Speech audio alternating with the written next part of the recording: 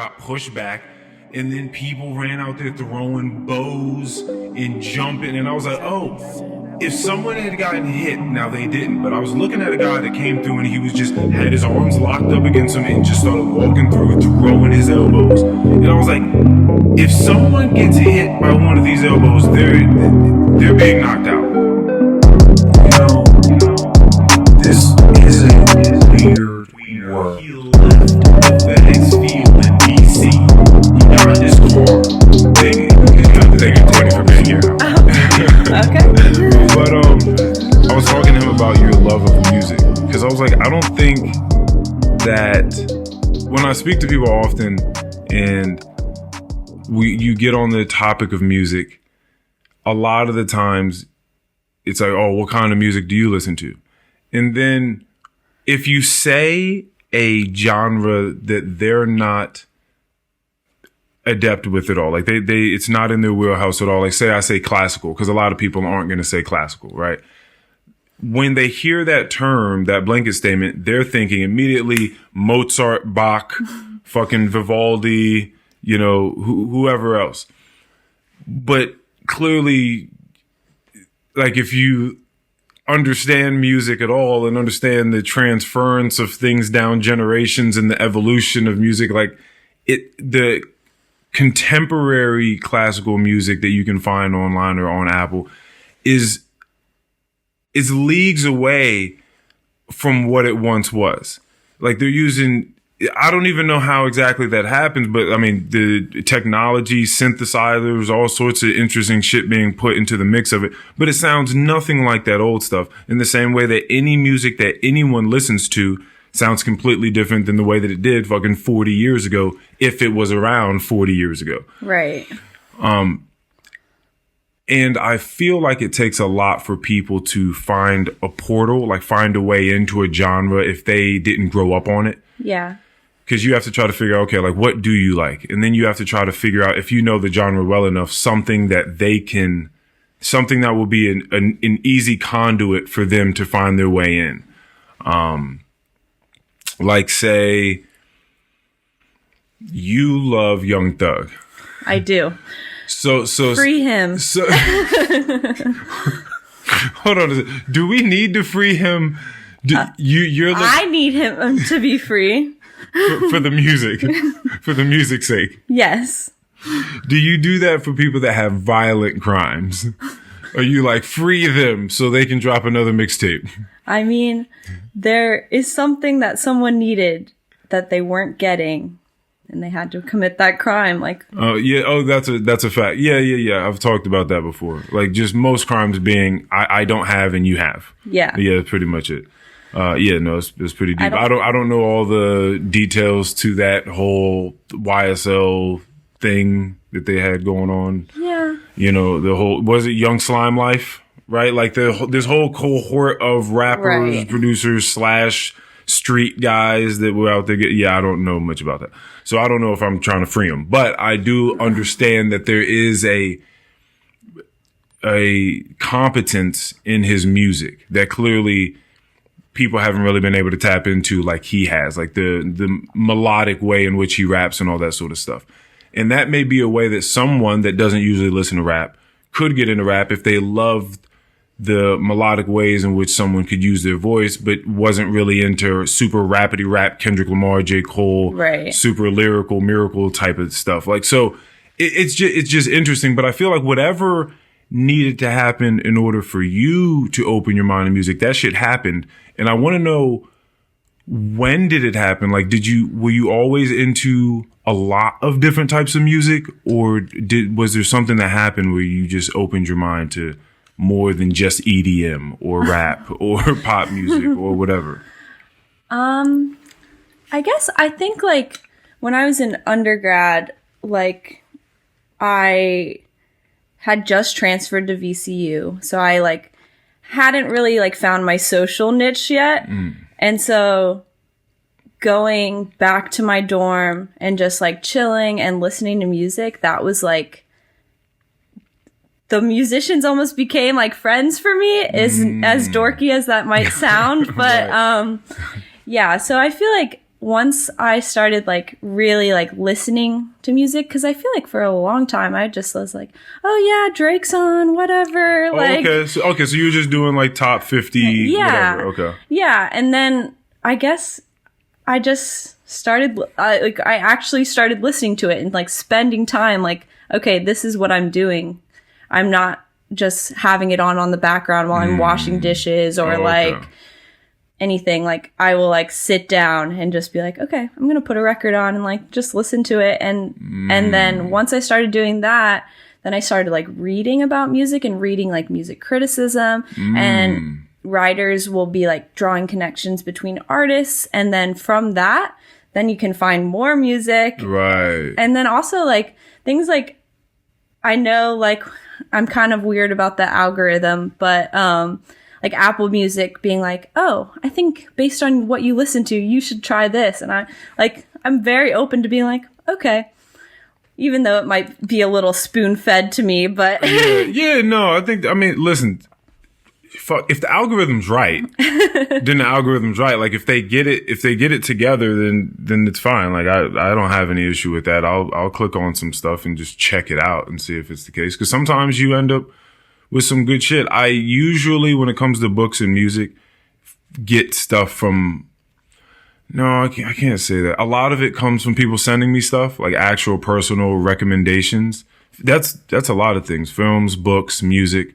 But then there are other things where I'll be reading a book and there's like a book cited within that book and then I might go get that book. Right. Or, same thing with the films. It's like, this is what you watched last time. This is probably what you want to watch this time. And I'll look through those stuff. It's fucking good sometimes, man. It sucks. It's weird, but because it does put you in this small, like, every time you click on one of those things, like that bubble gets smaller and smaller. And it's like, these are the types of things that you're going to just see when you open up your YouTube account or your fucking Hulu account or whatever the account is, like your Instagram, like it slowly gets smaller and smaller and more catered to you. So it's weird. But I think that one thing that they recommend if you're trying to not get so caught up in like that bubble, your algorithmic bubble, is don't just click on the stuff, but type it in. Like, yeah, cause like that gives you more control over like what it is. So yeah, just don't just click the things that they put up there. I don't know. It's weird. Okay. But, and then because you're also like this super avid, and I believe you still are, like fucking festival goer. Oh yeah. Yeah, and so I don't know why, but it's never really felt that enticing to me. My friend and I, were just talking about mosh pits earlier. Now I have to assume that you've seen at least one. Oh, I've joined in on So let's many. Right. So let's talk about this. Cause I'm trying to, all right. So what music are you listening to where the mosh pit is even there? Is it even a thing? Okay. So. Right. Cause that's not made for all music. It's definitely not. And like sometimes I see mosh pits and it's like at a SZA concert and I'm like, what the hell? Like, why are we moshing to SZA? That doesn't even make sense. But that's weird. Right. It's like, it's not even a part of their culture. Like you can't just mosh during some soft, soulful. Right. What the fuck is that? No, but you go to like Playboy Cardi and it's hard and it's aggressive and it's what the energy of the crowd is doing. And so you are completely fine. So all right. Okay. You're feeling this music to a level where what is going inside your mind when you're like, I'm going to hop in the middle of this crowd or try to get in the middle of this circle somehow where people are being just violent and aggressive and moving about in a way that is unpredictable and sketchy at the least. Okay, first of all, it's not that violent. Okay, so you're a part of less violent ones. Like, yeah. Okay, because I've seen videos and I've actually seen one just one. I went to like this place called, was it like Java Juice or Jam and Java? Okay. In like Fairfax area or Leesburg area. Have you ever heard of that? They have a ton of live music out there in this place. I think it's just like a little bar and grill type of thing. And then they have this stage in the back where people have open mic nights and little shows. But there was a rock band playing one time. And that shit, because I didn't know what was going on. Like, a friend invited me because they were going to be a part of a band, and so I was there with someone watching that. And then the next band came on, and they were much harder band than the band that my acquaintance was playing in. And when I mean harder, I mean more like a like type of band, right? And that shit just happened, like a fucking circle just expanded, and everyone got pushed back. And then people ran out there throwing bows and jumping. And I was like, oh, if someone had gotten hit, now they didn't. But I was looking at a guy that came through and he was just had his arms locked up against him and just started walking through, throwing his elbows. And I was like, if someone gets hit by one of these elbows, they're being knocked out. They're getting knocked out easily, right? And I know that there are things that are way harder and way more intense than that shit that I saw a fucking jam in Java and Leesburg. You know what I mean? So that's what I'm saying is that there's music for every different type of energy that exists out there, right? Yeah. And people are trying to find new ways of doing all of them, like nuanced ways. I'm just trying to figure out, because I haven't felt what it's like for someone to want to run into that thing and fight in some controlled sort of way. I guess it's just kind of letting the crowd wash over you, letting the music wash over you, and just like letting your body do what it does. Letting it wash over you. That's okay. That's a good way of putting it. Yeah, because you're a very vibey person. Yeah. So I could easily see that makes sense that you would even say that. Let the crowd wash over you, let the music wash over you, and let your body do what it does. What was the last one you went to? That's like a festival or concert. The last concert I went to like an EDM show for my birthday. And honestly, I'm like, maybe I'm growing or something, but I was like, I feel like I'm too old to be here. Because I am sitting there and, I had like smoked a little weed, maybe had like a beer or two. Like, I was not like trying to get out of my mind. I was just trying to like chill, relax, listen to the music, like whatever. And I'm just like surrounded by people just like absolutely obliterated, like completely fucked out of their minds. And I'm like, okay, like, do I really want to be hanging out with all of these, like, 20-year-olds rolling Molly? Like, I don't know. I don't know if that's, like, my scene as much anymore. Oh, wow. Again, see, so this is kind of like what made me smile and laugh when you came here and we were walking up the steps together. Is like, someone and it's like a snapshot in time, right? And then again, we spoke, we went out to eat, we said a year and a half ago. Yeah. And before that year and a half, I had been living in Richmond. Yeah, you had been living in Richmond. Right. I went down there to see you years ago. But again, it's very far and few between that we see each other. But I've always known you to be this person that just loved going to these places and doing all of these things that you're talking about.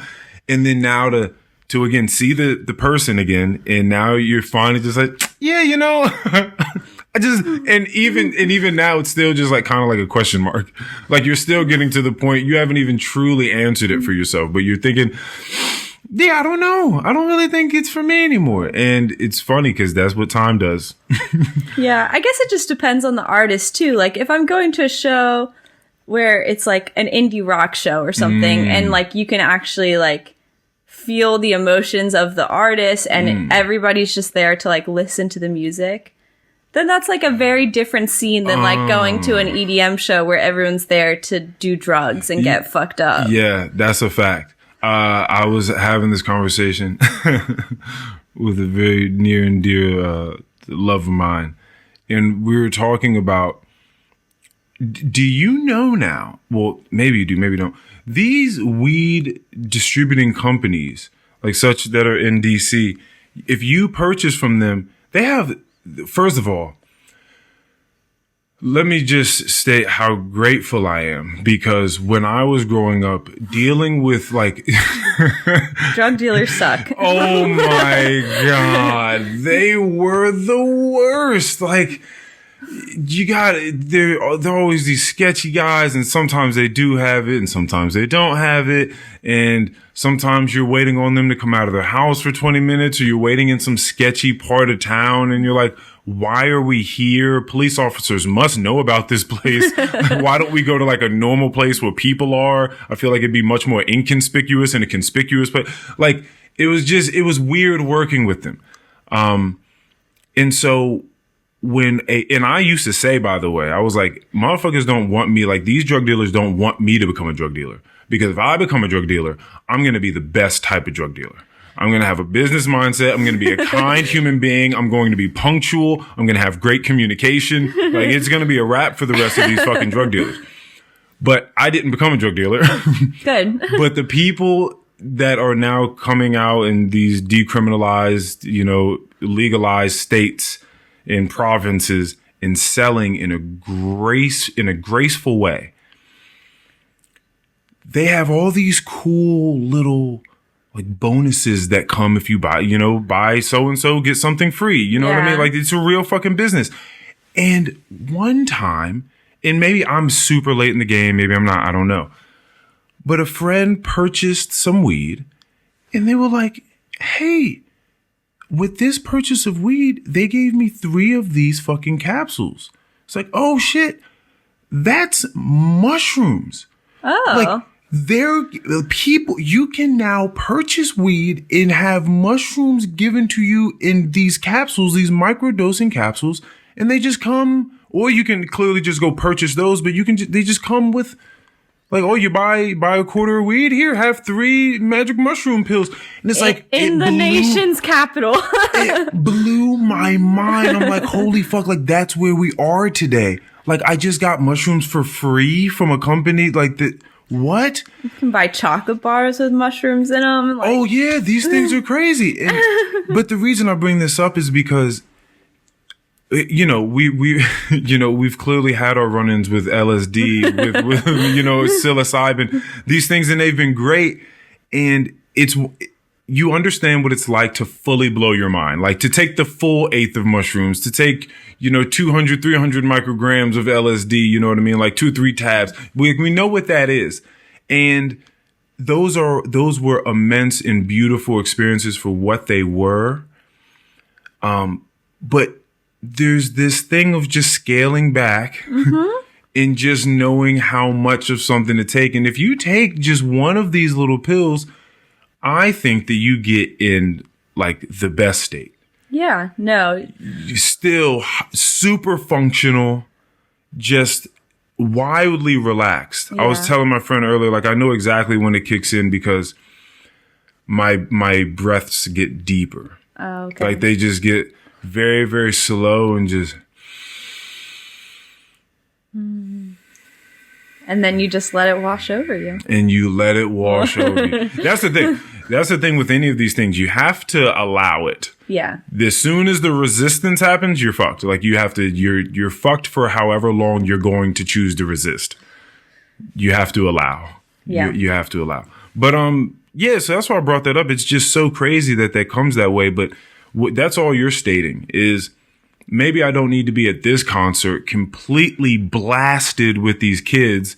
Maybe I do a more adult version of that. Yes. Like, it would have sucked if like Jay-Z never made music about his marriage and becoming a father and real estate and business deals. Like, I don't want to hear you at age 50 making music like you were when you were 25. Like, things have to evolve. You can still be you. It just looks different now. For some people. I don't know. I still want to hear Pusha T rap about selling coke. I do. And then there are the exceptions because he's really good at it. Right. Exactly. If it's not broke, don't fix it. That's so funny.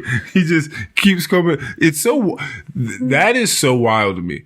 Like, this one guy, regardless of what his real level of participation in the drug world was, makes these songs about pushing cocaine. And it's roughly every single song that he's ever made. Pretty much, yeah. I mean, if it's not that, it's still stuntastic. It's still like I'm riding in a nice car and flashing money. Like, it's going to be about either or. I'm selling cocaine, or I have a lot of money, or I'm selling cocaine, or I have a lot of money because I sold cocaine. Right? But it's going to be some mix of those things regardless. And For the last 20 years. For the last 20 years, every song, every album, and it's just like, yeah, give me more. Like, I'm totally fine with that. That's so crazy. That's so crazy. He's had a wild run in the same lane.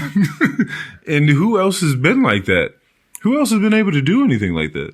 Like, even Drake's had this wild run, but Drake, he's touched so many different fucking things. He's in fucking Latino music, like fucking Latin music with fucking Romeo Santos, and what the fuck? He's done some obscure stuff. He's done stuff with Lenny Kravitz before. Yeah. Clearly the Afrobeats wave, R&B, rap. Like, he's been all over the place. But that's what he's had to do. Pop, just regular pop ass music. But he's still just always being wronged by women, Is that... That's kind of his vibe to me. That he's always... No. Do you listen to his music? I have kind of fallen off the Drake. Yeah. That's the thing. I think you fell off back when he was like being that after like Scorpion, I was like, this is not great. Oh, you know what? We had actually talked about that before. We actually talked about Drake and his trajectory and his through his music and his success. And there's just a point where like Certified Lover Boy comes out and it's like, yeah, like we get it, but that's certainly not, that's why I questioned it. It's like, that's certainly not an album of him proclaiming to be hurt by women. If anything, he's like, y'all know what it is. Like, I'm Drake, you know what it is. I guess his most recent album, I did like that song Sticky. I didn't even listen to that last album. It has like bed squeaking as the beat. Oh, it's one of those types of things. That's like, who did that first? Someone did that for, what it is. What's, who did that song? Damn, what fuck someone's gonna be like, how the fuck did you not come up with the name of that song? I think his song may have been by Crime Mob. Yeah. Okay, at least I got that. For whoever's listening and wants to criticize me on that one. I believe that it's at least Crime Mob. Damn, I fucking forgot what the name is. I think it's called Some Cut. Some Cut. Yeah. Okay. Yeah. Hold on. You don't ever remember hearing Some Cut before? No, I've definitely heard that song. Oh, okay. Didn't. Yeah, because I believe I just don't want to give this to Drake. This idea of using a squeaky bed to... Oh, fuck it. I can't find it right now. Some Cut. Do you still do the podcast where you... Honestly, like, Trillville. Oh, there we go. Do you remember this at all? Hold on a second. Yes, I've definitely heard this song. Okay. Yes. Yeah. Okay. Yeah, do you still do that podcast with your friend about music? I actually, like, school has just taken up all of my time. So we haven't really been able to do it. He's also, like, doing a ton of writing for different publications about music. So, like, between both of us, like, our schedules have just gotten too busy to keep it up. So that's his job? Is he just writing about music in different publications? Like, is that how he has like a day job, but then he writes for like some online magazines about music and film. Yeah. He keeps getting what is it called when like people online like find your address and find doxxed. He keeps getting doxxed for his bad reviews. Wait, so once they find the place, then what happens? They just send like, they just like post about him online and like post his address. Damn! Like it's happened to him multiple times. People are like stan armies are crazy. Damn! Wow. That's crazy. That's kind of wild, especially to not be, because he's not writing for like a wildly large publication. No. That's what I'm saying. So it's even crazy just on a local or semi-local level where people will find the fact that you had criticized one of their favorite artists or something like that, right, in some way that they found was distasteful, and then now they're putting your address out, so people can possibly find you. Or what are they gonna do? Like, oh my god, you wrote horrible. You wrote bad things about my favorite artist. Like what? But that's who cares? But that's the thing. That's what's wild is like, because what is the motivation behind putting the address out there? Like you clearly, you're just like, here's the address, and whatever happens, happens. Right. Pretty much is what you're saying. Yeah. That's pretty crazy. That's because someone wrote something about an artist that you like. That's fucking insane. Yeah. That's crazy. That's insane. Like, yeah, like you got to take that in consideration. Like that is insane. You don't know, just putting someone's address out? Like you can just have a different opinion than the author. Wow. Like, yeah. Jeez. And I mean, I could also imagine that, I mean, I don't know your friend. I think I listened to an episode that you guys did before, and it doesn't seem like he's just slamming artists. Like I'm certain this is something a friend of mine used to say about ESPN. He is a huge football fan, like Dallas Cowboys all the way, but he would really dislike that you would have these two sports news anchors that are supposed to cover everything through the fucking hockey, soccer, basketball, Olympics, boxing. It's like, in order for you to really speak about any of these things, you have to really be a part of any one or maybe two of these leagues. You can't cover all sports. You cannot know all of that. Even if you're the hugest sports analyst with a bunch of fucking people beneath you that just do all the real research and hand you papers, it's too much data to try to take in and make real solid inferences about, for so many different disciplines.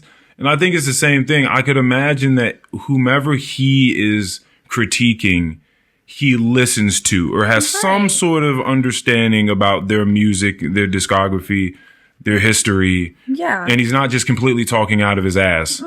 No, he's always like, and even if it is like an artist that he like regularly listens to, before he writes the review, he goes back through their discography, listens to a bunch of different stuff. Then the album that he is reviewing, he listens to it like 3 times in a row, back to back. That's dedication. Yeah. So he's really listening to it before he's writing these critiques, and like, people don't give a shit. They're and like, it's not like it's not like he's like, wow, this artist fucking sucks. Yeah, well, yeah, because that's terrible writing. yeah, no, he's always also like trying to find good parts of the album. He always includes like, they did this well, but all of this other stuff could have been better. So I don't know. People are nuts. Wow. Yeah, I've thought long and hard about this sweet spot that I feel like people or I would want to be in, doing anything publicly. And there definitely just like is a too big, like too much attention and eyes on you. Because he's just writing for a fucking website, about music, and he's getting slandered and doxxed and all this weird shit. But imagine if he was writing for like Complex magazine or like Pitchfork or something. Something huge, like what would it be then? Like what level of threats would he get then? I don't know. It's crazy. That's so crazy. Getting threats or anything even remotely threat adjacent. Just writing opinions about music that has come out, and in thorough, objective, subjective, it has to be to a degree, but still, but thorough and not just completely unsubstantiated ideas. That's crazy. If I read it, like, I would never read a critique of an artist that I really loved and be like, wow, fuck that author. Like, what? Like, I would just be like, damn, their opinion, they have their opinion and I have mine. So. Yeah, I would just have to, I would, that's why I like talking to people, because it's a good way of, if you can get out of your own way and just like listen to someone else, it's a good way of getting the fuck out of your own head and like getting another perspective and like allowing that to give you some equilibrium. Like, let me bounce. Okay, like you just said that. I didn't think of that before. Maybe I should think about it now. Let me ask you more questions as to how you got to that conclusion. And maybe that'll help me with, you know, whatever my current stance on it is, like whether I need to sort of refine it or it just needs to stay exactly the same, or if I need to change it completely. Yeah, I think that's super necessary. You absolutely need that. Yeah. Yeah. Yeah, that's weird. That's weird. I would love to. Yeah, that's weird. It's so wild to me how invested people are in. I mean, I've seen people fight over sports before. Like, I've seen a friend of mine who was a Cowboys fan. I think he was at like a Cowboys Redskins game, and on Twitter, my other friend who is a Redskins fan was talking some shit whilst the game was going on, and the Redskins ended up winning. And I think my Redskins friend kept talking shit, and then and this is all on Twitter. And then my Cowboys friend was just like, all right, well, how about we just meet at our friend's place? How about that? And then he was like, all right, cool. And then the Cowboys he left the FedEx field in DC. He got in his car. Because you have to take all this into account. You're leaving a football game. There's wild traffic leaving a large football game. So now you're actually stuck in traffic. And the rage that you feel does not subside the entire time that you're stuck in traffic, right? So now you have like a fucking hour and a half, 2-hour drive just to get back to this place where you're going to meet this other guy that's been talking shit on Twitter about your team or about his team beating your team. And you get there, and by the time you still get there, you're still as angry as you were when you were at the fucking football stadium, and then the fight ensues there. But it's just wild to me just how far people are willing to take just defending their flag. Whatever the fuck that happens to be for you. It could be Cowboys, Redskins, right, or it could be Young Thug or whomever is getting a critique.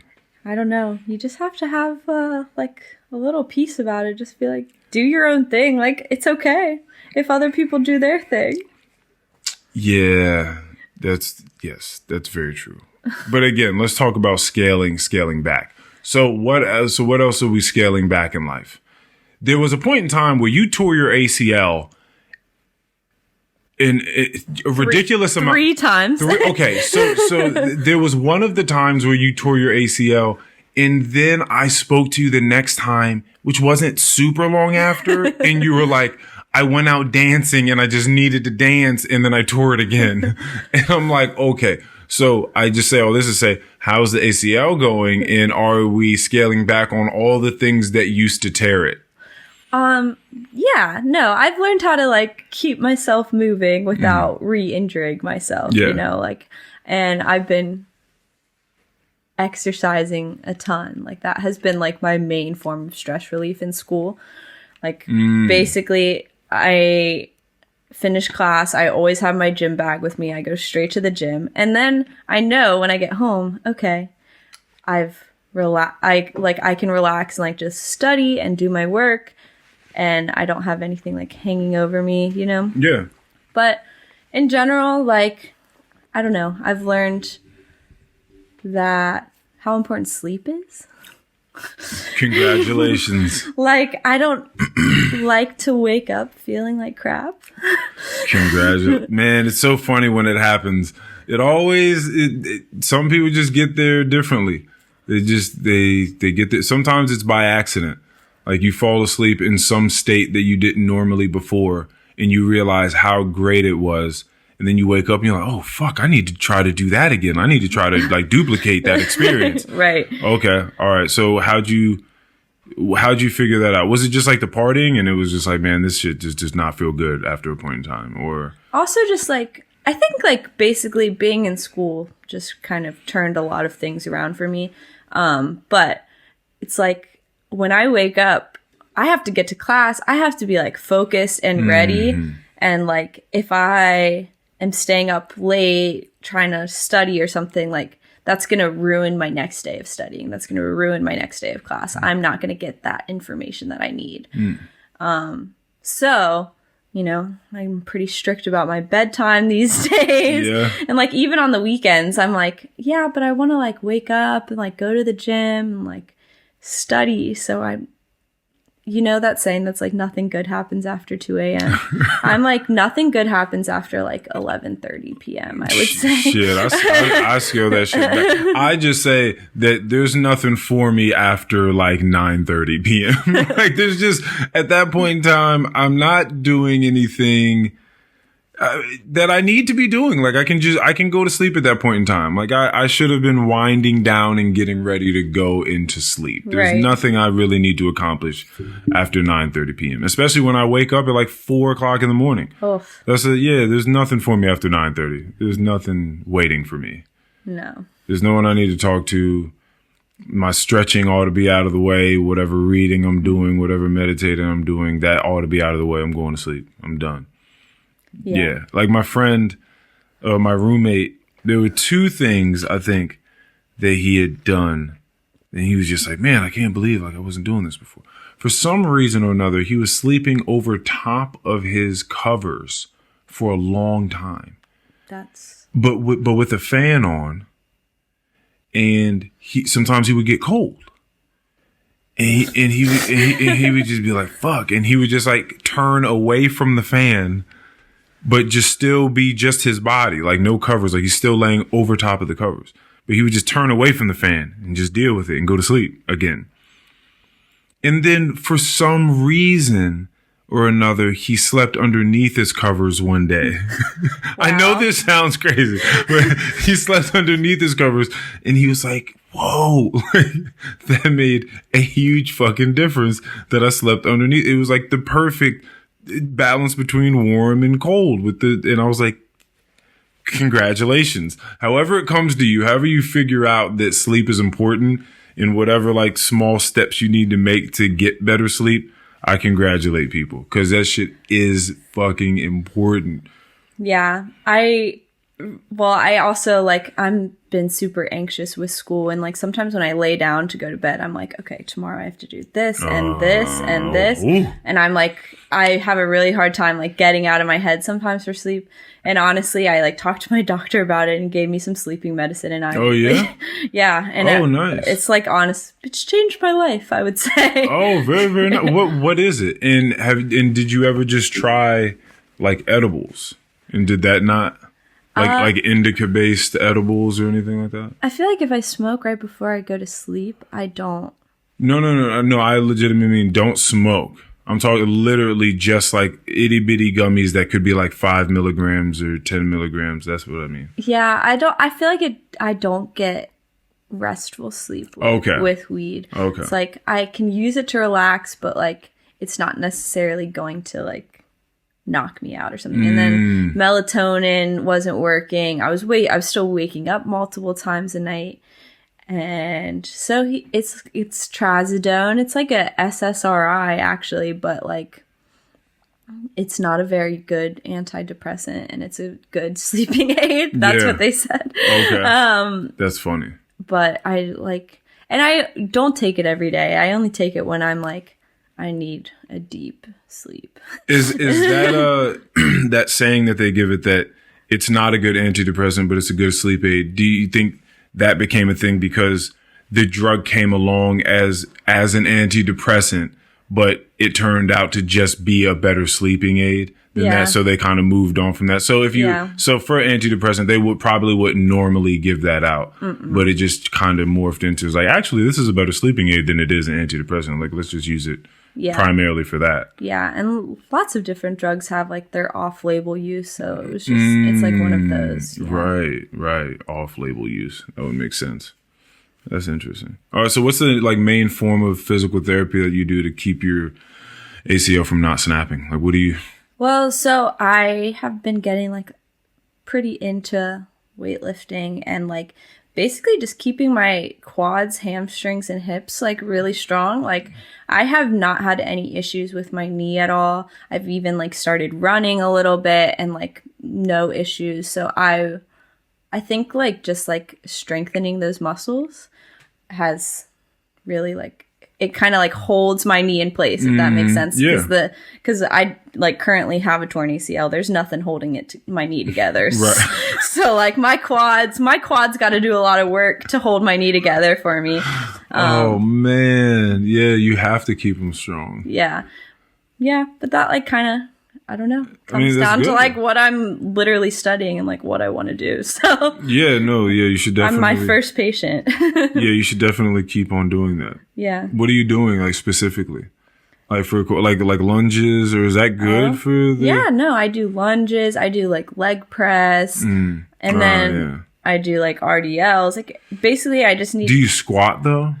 Or is that like dismissed? Is that I don't know. I mean, I can squat. I just like I'm working with a personal trainer also, so like the style that the trainer I was working with had, he like didn't do a lot of like free weights, so everything was like machine based for the most part. But like I'm just like increasing the weight. I'm up to 2 plates on the leg press. Like, oh yeah, come for me. Oh, you're doing it. That's crazy. Yeah. Yeah. So I can squat. I have squatted. It's also just one of those things. Like I want to do everything with like really good form, and like that's really important for me, especially just because of all my history of injuries. Yeah, I was feeling that way when I was exercising yesterday. I was thinking, because you hear these young guys. It's so funny now, like just me being at the stage that I'm at, and I'll like listen to these younger kids talk to each other in the locker rooms and shit. And they're just like, dude, like, you're so fucking big, bro. Like, I swear, like, couple weeks ago, like, your arms weren't like that. Like, yeah, bro, I've been drinking, like, this protein powder and stuff like that. Like, I got to get my macros in, you know what I mean? And they're just sitting there, like, having all these talks about, trying to be the next fucking bodybuilder or whatever, putting on weight, gains, mass, muscles. And as I'm going through my exercises, it's so funny because it aligns perfectly with everything else we're talking about, where you start off just blowing your mind doing something, just like Molly, LSD, shrooms, like whatever. Like you just start off at a young age, just blowing your fucking mind, and you slowly scale back for like what serves you at that age, whatever that age is. And for me, when it comes to exercise now, it's so not about trying to get wild gains and all this. Yeah. Like you're trying to fucking sustain and like be healthy. You're trying to like be well-rounded. Like I do a ton of stretching. And when I'm doing any weightlifting, as you were saying, what matters to me most is just like form. It's like a meditation to me. Again, I just want to make sure that I try to do every rep with the best form as possible. And so in order to do that, I'm not going to have the largest weights. So sometimes I have like some smaller weights, like some 25s. And I'm just like making sure that the exercise, I'm getting full range of motion in every single thing I'm doing, and that I have a firm base or athletic stance. Like I'm not in any way, shape, or form about to hurt myself, and that I'm just getting what I'm trying to do is just get full 100% controlled reps. Like every single time, just breathe in and out, like controlled breath, control of the weight of my, just knowing where every part of my body is and what is engaged. All that's what my exercises look like now. Yeah. And like with my, the more about physical therapy I'm learning, the more when I go to the gym, I'm just cringing because I'm seeing people like swinging their whole body, trying to like do their reps as fast as possible. I'm like, you're not even like using your muscle to its full capability. Like you need to do it slow, get the muscle to stretch out, do your full range of motion to actually like, I don't know, activate the entire muscle. Like, I want to go to the gym right now. Yeah, I want to go. That makes me want to go to the gym. Like, fuck, you're right. I do need to do that. I need to go right now. Like, that's definitely what I want to do. Yeah, but And it feels so much better. It feels so much better when you do things and they get purer and purer with time.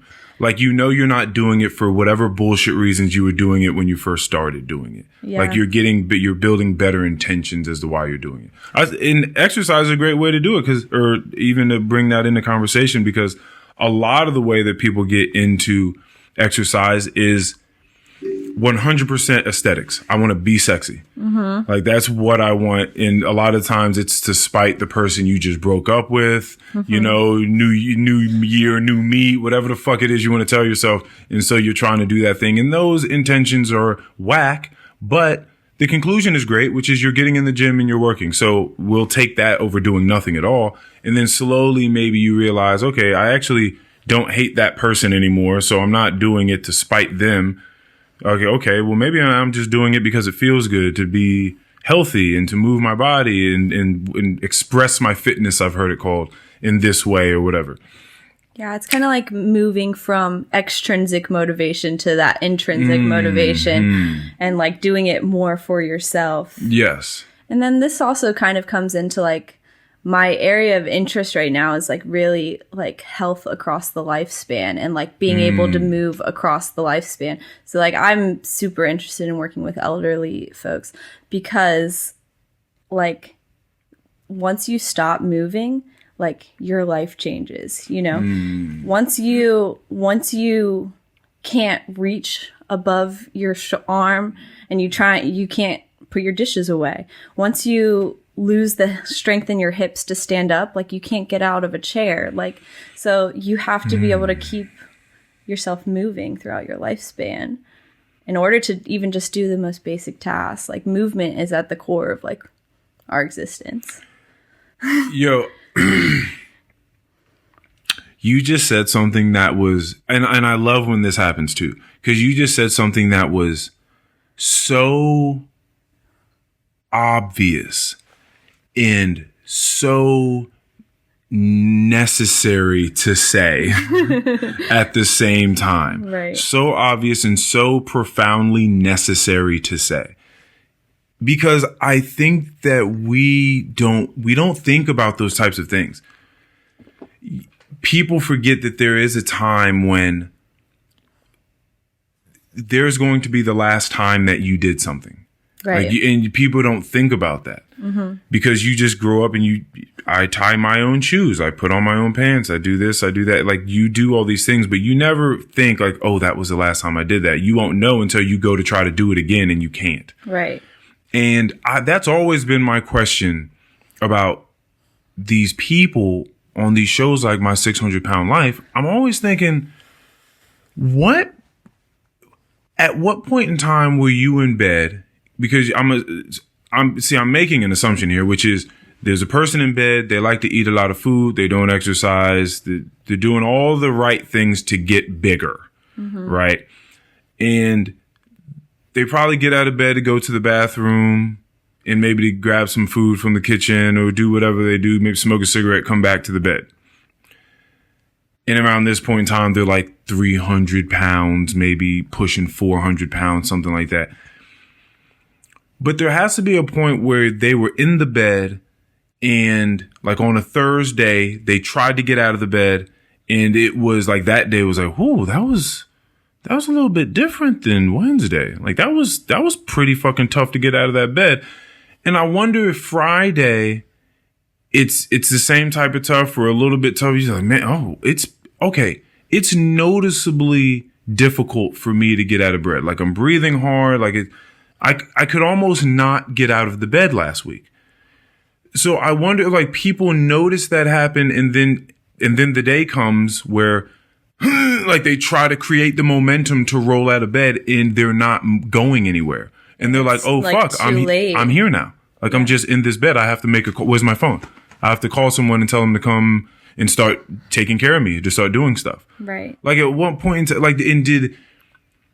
that's just a wild buildup to me because there were clearly moments where that person or people around that person were able to see like, this is getting really bad. Like we're slowly starting to lose functionality. Like you're slowly not being able to do regular things.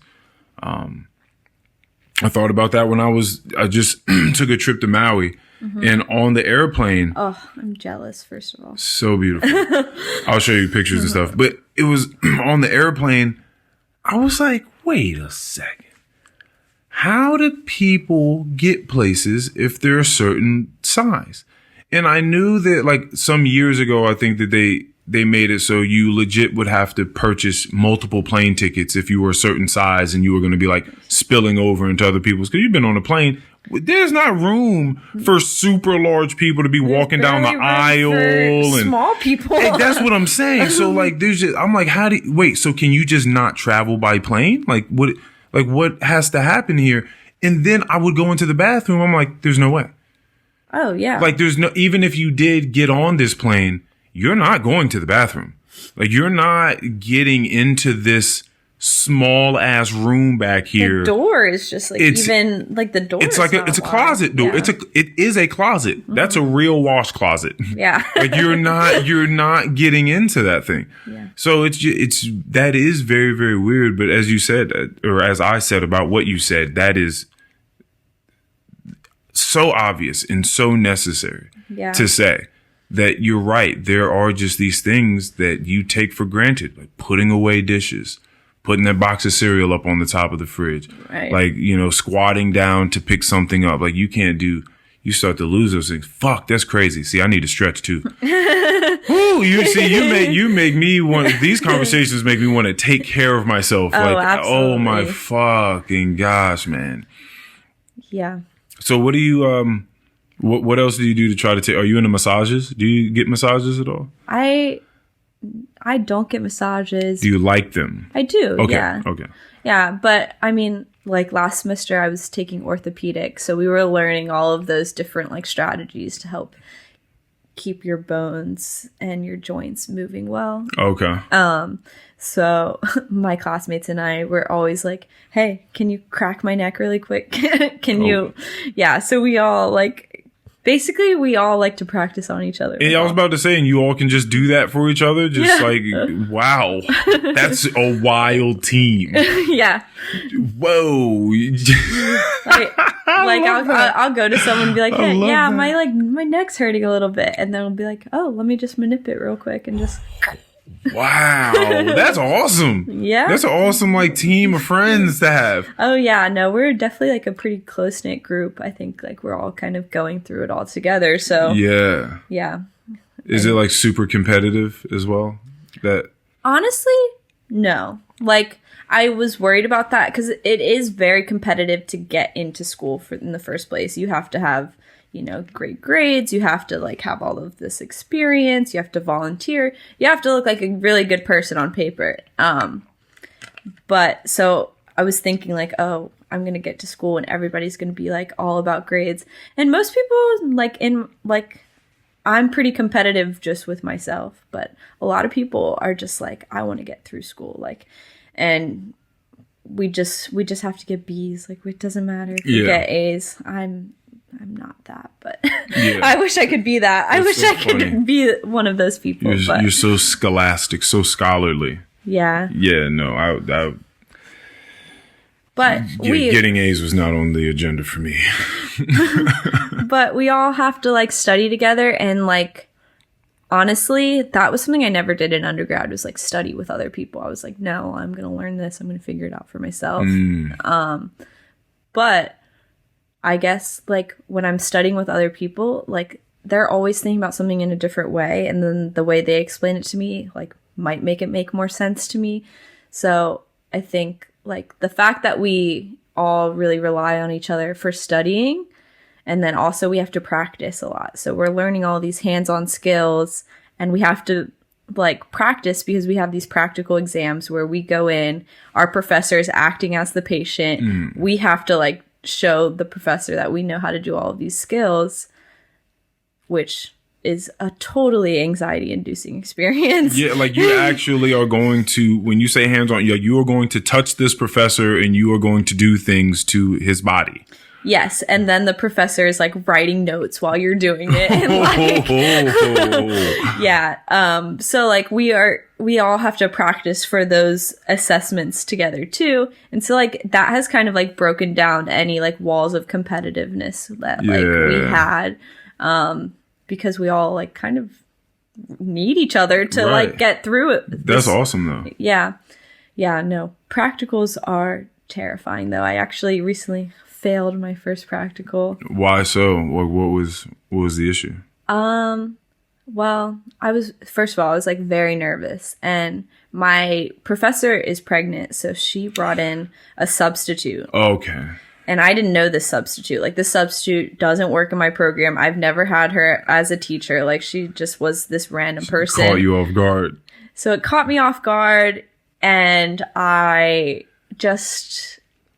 made a bunch of little mistakes, and that like wound up with me failing it. But then I got to like redo it and passed with flying colors. Oh, so, okay. It was, but like that, like failing a practical, like that hasn't happened to me in school. I haven't failed an exam. I haven't failed a practical. I've gotten A's on everything. So like this first failure, like I don't know. I was pretty upset with myself. You were like fucked up. Yeah. I took it pretty hard, but yeah.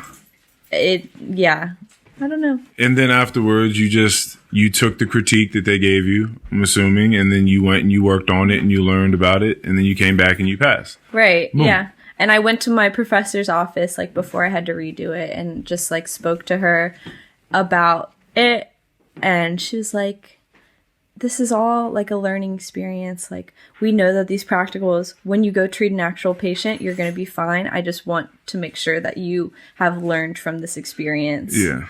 So yeah, it was like the faculty is like pretty supportive and like helpful in that way. Well, I'm just glad that you and your peers were able to come together in the helpful way that you guys have, because you explained it like it's difficult, but we're all there, so we could all clearly just use each other's minds to help us get to the point that we're all trying to get to. But then what's funny is you could easily see it being the complete opposite, and it's, well, we're all trying to get to this place, and they could have, more of a, I don't know, more competitive and famine sort of mentality where it's like, there's only enough for me. Like, I don't want to help this other person succeed. Like, that is another way that it could go. Yeah. You know what I mean? And stuff like that. But I'm glad that wasn't even, because you said there was some competitive edge. So you said that you guys helping each other out, cut out whatever competitive sort of feelings or sense may have been there prior to that. I think so you had felt some competition at some point in time. Well, I think like also like when we first started school, like I can't speak for my peers, but I was like super anxious. I was like, this is a totally different social environment than I've been in. It's like when I was living in Richmond, I was, in food and beverage industry, and like that social environment is very different than being in grad school where we're all like trying to like push each other and learn. So I was very anxious, and I was very just like, okay, I'm going to just do my own thing. And then I had my first exam, and then I was like, oh shit. We need to come together, guys. we got to work on this together, guys. Yeah. So what's been since you're most interested in the longevity of mobility, right? Like through the lifespan, you said, what has been, I don't know, one of the most remarkable things that you've learned in that endeavor? And what would you tell people to do? So I guess basically, okay, so this semester I'm taking a class in acute care, and that's about working with people that are in the hospital.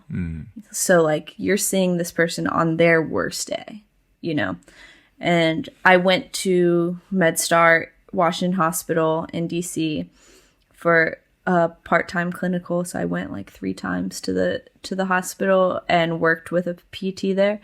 And it was just like amazing that like we're probably the healthcare professional that like spends the most time with our patients, but also like they were so appreciative and nice to us just because we are like the only people that are like, hey, like let's get out of bed, let's go walk around. So I guess like that learning experience and just like seeing like, okay, even on their worst day, like these people like want to move, But I'm also taking class in older adults, and we're learning about all of the things that can happen if you don't keep moving. You know, there's so much that your body can, so many ways your body can deteriorate. You can lose sensation. You can lose like just function, like not even being able to leave your house. You can lose like muscle mass and like all of these things. Like you can just lose them so quickly as you get older. And the way to fight that is like physical activity. Just move around. Yeah. Yeah, I think that's why as I've gotten older and slightly more knowledgeable about some things, you know, you kind of move away from exercise when you're younger, especially if you're not an athlete that knows a variety of ways of exercising, is like hit the gym, man. Like, come on, like go hit the gym. But hitting the gym is just not for everybody. So I realized that it's truly about, as you say, just staying moving, like work your lungs, work your heart, and move your limbs. Just get around. Yeah. And that can be done in so many different ways. Oh, and so absolutely. The advice more so these days for me just seems like just do what's fun. Like do what's fun for you. Do you like to ride bikes? Ride a fucking bike. Riding bikes is super fun. You like to go on a hike? Go on a hike. You like to swim? Go swim. You like to play sports? Go play a sport. Like whatever you want to do. You like to just go walk and bird watch and shit with binoculars, and go fucking do that. You have to walk around and find those birds, but you'll be moving your body, like whatever it is. Yeah, and that kind of makes it like less overwhelming for patients, I think. Like for someone who's like just starting out and they're coming to see me, and I'm like, well, what do you like to do? What do you want to do? And like let's get you feeling good so that you can go do that. Like, so I think that makes it easier for patients to kind of buy in if it's more about like, okay, well, what do you want to do? Like, I'm not going to be like, okay, well, you need to go run 5 times a week and go lift weights 3 times a week and all of this, if that's not what they want to do, you know? Yeah. I went the year of 2020. Oops. Clearly it was a big one. A lot of things changed that year. And one of the things that changed for my friends and I is I was able to start getting people to go out hiking that were not hikers before. But it was like, where else were you going to go? Well, we can go outside. We just need to go outside. So we started going hiking. I started bringing people that were like that didn't do that. And for the most part, people loved it. Like they were just like, oh my gosh, I can't believe I've never done this before. Like getting out is so beautiful, and you have these beautiful waterfalls and these sights and these birds and these trees and all this sort of stuff. And I brought my friend Keon on a hike, and the way that we performed that hike, my friends and I, the way that he said it was something like paratroopers going up a mountain or some shit like that. But what he was meaning to say was that we took it way too seriously. We were moving way too fast. We were being way too adamant about just like getting this done and it being more exercise based than like a leisure hike, right? To just explore the sights and see the sights. And he did not have a good time on the hike. It was pretty rigorous. It's called Ravens Rock. I don't know if you've done Ravens Rock. His cardiovascular system was not about it at that point in time. And that's when I started to realize how, kind of like what you're talking about, how quickly something will deteriorate.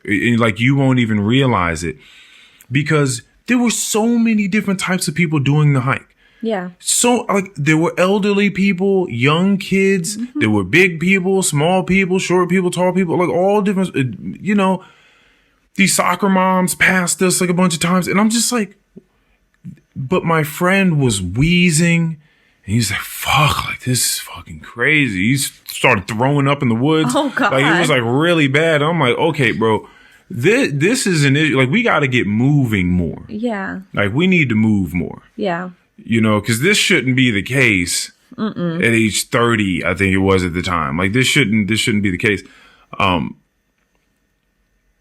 You know, but ultimately, he started doing some hikes outside of our group of friends. Like he would just go with his fiance at the time, well, not at the time, still his fiance, And then him and I went on another hike before, but he definitely like gave me some stipulations. Like, we're not going to be doing this, that, and the third. Like, we're not going to be running up any hills. You know, like, we're going to take what he would call calculated breaks. I mean, like, when we need to, we're going to stop walking. We're going to, if we need to take out some water or some food or whatever, but we're going to sit and we're going to breathe. We're going to relax. Like, he was just making sure it wasn't just all about incessant exercise the whole time. Like, can we enjoy ourselves? Yeah. So this is another one of those things of, no pun intended, scaling back. Yeah. Right? Just scaling backwards. And so everything doesn't have to be done at 1,000%. And he ended up really liking the next hike he went out on, with me on. And ever since then, he's been hiking, and him and his fiance go hiking all the time now. And it's been a huge part of his life. And now he's getting a bit more exercise just out there hiking, and he's in a much better state than he was when we went on that other fucking hike where he almost fucking collapsed out there and died.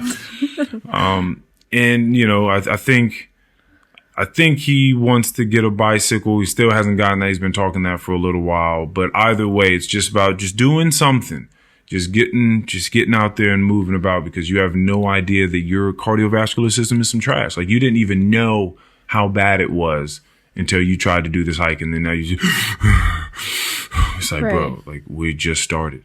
Like, yeah. What's going on? Like, yeah, it's tough, man. But I just think just having fun, just do whatever it is that can be fun, and that could be so many different things. Humans have so many different little games and shit. Oh yeah. Go play pickleball, fucking tennis. Like, it doesn't even matter. You like to go do cartwheels, go do some cartwheels.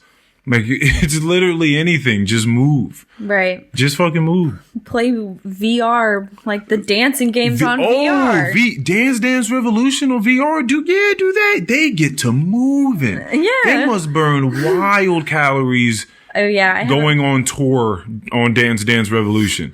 I have a friend who's he's like a streamer and like super into that. Oh, really? And he like tracks his like how much calories he's burning. He'll like go and do Beat Saber, which is like one of the dancing games. He'll do it for like an hour, burn like 700 calories. Whoa. And it's fun. Wait, and but how does he track it though? He uses like one of those like heart rate monitor. Oh like shit! chest, Oh, like he's really tracking it. Not the watches, because the watches are wildly inaccurate. But yeah, I had asked someone that works on the technology, like all this sort of, heart rate, calorie burning technology, whether it be in the watch or in the strap or whatever. And I asked him about just how badly the watches actually track. And I think he said it's something. He said, just to be generous, I think he said it's like easily 15 to 25% off or something like that. I'm like, well, that's pretty substantial, but you can also just do some quick math and be like, okay, listen, if this thing says that I burned like, 100 calories in the past 30 minutes. Yeah. Then I know like what I need to take off. Like, let's just say that I really burned like 65, 75. Yeah. Something like that, just to be generous. Yeah, no, I don't really use the watch for that. I use it more for like heart rate and like knowing what my heart rate is, and also like goals. Do you have like your goal rings and stuff? Yeah, got to get 10,000 steps a day. Oh, really? Yeah, that's the goal. Do you do it? Yeah. Often? Yeah. If it's like 6 p.m. and I'm only at like 6,000 steps, I'm like, all right, I'm going to go take like a quick 30-minute walk around the neighborhood. Nice. Yeah, that's something that people don't think about when it comes to their jobs. Like, everything is so multifaceted. Like, your job, if you work at a job where you don't move and you spend 8 hours a day there, 5 days a week, just maybe sometimes 6, and you just sit down, that's wild. That takes a toll. And so, again, we've grown up in the food and beverage industry, so we're able to see people just move around all day long. And it's like, you don't realize, like, you think that maybe your life sucks or maybe you don't want to serve or whatever the case is, but this is exercise you're getting. Like, your job allows you to continue to move your body in a way that will give you much more sustainability through life. But most people don't really take that into account. No, there were days where I was getting like 20,000 steps serving tables. Like, when at the Salamander, when you would have to walk all the way to the library and then back. Oh yeah, and back around. Yeah, you make crazy routes moving around places. But yeah, I brought a friend a pedal. Oh, nice. Yeah. You they just have all sorts of things, like little desk treadmills you can get, and like standing desks, all of these. Standing desks for sure. Yeah. But then, just these little pedals, and you can, crank up the intensity or the resistance of it and just burn calories sitting at your desk. And you can just pretty much skate down there, because it's these little platforms that have these little like skate wheels on the bottom of them, and you can just very, very easily just kind of rotate like a bicycle. Yeah. Yeah, when it's like exam week and I'm sitting at my desk for many hours a day, I like always like every hour I got to get up, I got to go walk around my apartment, whatever it is, go pet my cat, anything. Cuz as soon as I like sit at my desk for too long, it's like the shoulders start getting tight and the neck starts getting tight, and like it's all just because I'm not moving them. You do any? Well, I mean, clearly you do your physical therapy. What are you stretch deeply? No. What am I going to do? I'm going to prescribe people to stretch and then also go home and not stretch myself. Right. And do you not? So this is something that I find interesting now, because it's one of the things that I picked up, and I'm like, man, like, why wasn't I doing it for that long? Why do you feel like now you don't do it? Maybe because I just like feel like I'm getting through like when I exercise, I'm getting through my full range of motion with like the exercises I'm doing. Mm-hmm. So like do you warm up, or do you just go straight into whatever you're exercising? Oh, I warm up. I usually like walk for like 10 minutes on the treadmill. I'll do some like dynamic stretching, but like yeah. Yeah, okay. Does it hurt when you does it hurt like excruciatingly when you do try to stretch certain muscles? Oh yeah, I hold a ridiculous amount of tension in my body. Like my hamstrings, and you feel it. Like you're completely aware of where all the tension is, and oh yeah. I guess you just let that shit rock. Like you like. I mean, I use like my massage gun. Oh, okay, that's nice. Or I have some like. You have a Theragun? I have a Theragun, yeah. Yeah, my little sister just got. I was telling someone else about this. My little sister got one, and it heats and cools. Oh, that's cool. Oh, that's nice. And that shit gets like icy cold, and like in like 20 seconds, it'll get like icy cold, just like hitting you or get it really warm. It's beautiful. It's beautiful. And she's all beaten up because she did gymnastics like the first 15 years of her life. Just jumping and tumbling and twisting and turning and landing on your fucking joints over and over and over and over again. So her body's all kind of fucked up and broken up and shit like that. And she's 21 years old. 21? Yeah. I think so. Yeah. Damn, yeah. So I use the Theragun. That should keep me loose enough. Do you, I also do like, have you ever heard of cupping? I've heard of cupping. I don't know about cupping. Tell me about cupping. Okay, so cupping is like, it's like these little plastic, small little cups. And they look like little light bulbs. Yeah, and you put it on your skin, and then you have this little like tool that sucks all the air out of it. And it's basically to like, you know about fascia and like how fascia like holds your muscles together. I don't. Okay, so your muscles are made of fibers, and those fibers are wrapped in fascia. And fascia is where a lot of like tightness comes. And it's a different type of like connective tissue. It's not as like stretchy, elastic as your muscles. So that's where a lot of tightness comes. So the cups are supposed to kind of break apart that fascia a little bit, and like by suction cupping it, and like bring new blood flow to the area. Okay, so putting the cup on you, and so it's like a twisting motion that kind of like. It's like you just like kind of place it on you, and then there's a tool that like sucks the air. That sucks air out of it, and then so air is then leaving that top sort of layer that's over top of your muscles, the fascia you're calling it. And so because oxygen is being taken out, it's creating like new blood flow in, and so that is loosening it. What you're saying? Yeah, because sometimes the fascia can get adhered to the muscle fibers. Okay. And so then it's kind of like separating the fascia from the muscle fibers so that the fibers can move better. Oh, wow. Wow. Okay. And where do you get that done? Just anywhere, literally You can do it on your surface. Yeah, any tight muscles. So I do it to myself. Like, and you have felt how long before you feel like a change? And what does that change feel like? So I will like put it on there, and at first it's like pretty painful. It's like, oh God, like this is really tight. And then as the muscle starts to relax and the fascia starts to like relax, it usually takes like 5-10 minutes. You leave it on there for like 5-10 minutes. The muscle starts to relax, and then you feel good. Okay. But you get less. It just feels like relief? Yeah, it just like feels like, okay, this was like a knotted up. This was really tight. And then it's just like unraveling. Ooh. Like a cramp slowly leaving you. Just like, okay.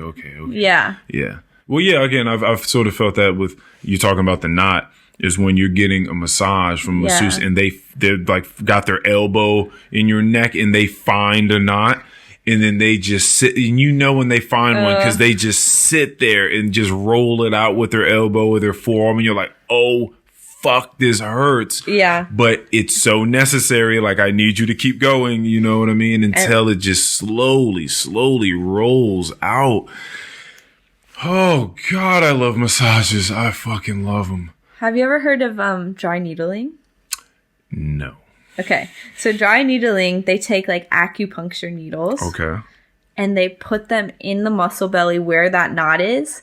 And they just go in and out, trying to release that knot. And it just like, your muscle is like twitching as it happens. And that is a release also of oxygen and allowing new blood flow? Yeah, it allows new blood flow. And it also like where those adhesions are, where that fascia is getting clamped down to the muscle fibers, it releases that. Yeah. It's sort of like, because you're talking about fibers, so it's sort of like what we do when we tenderize meat. Like you're trying to break the fibers up so it's easy to eat, to chew.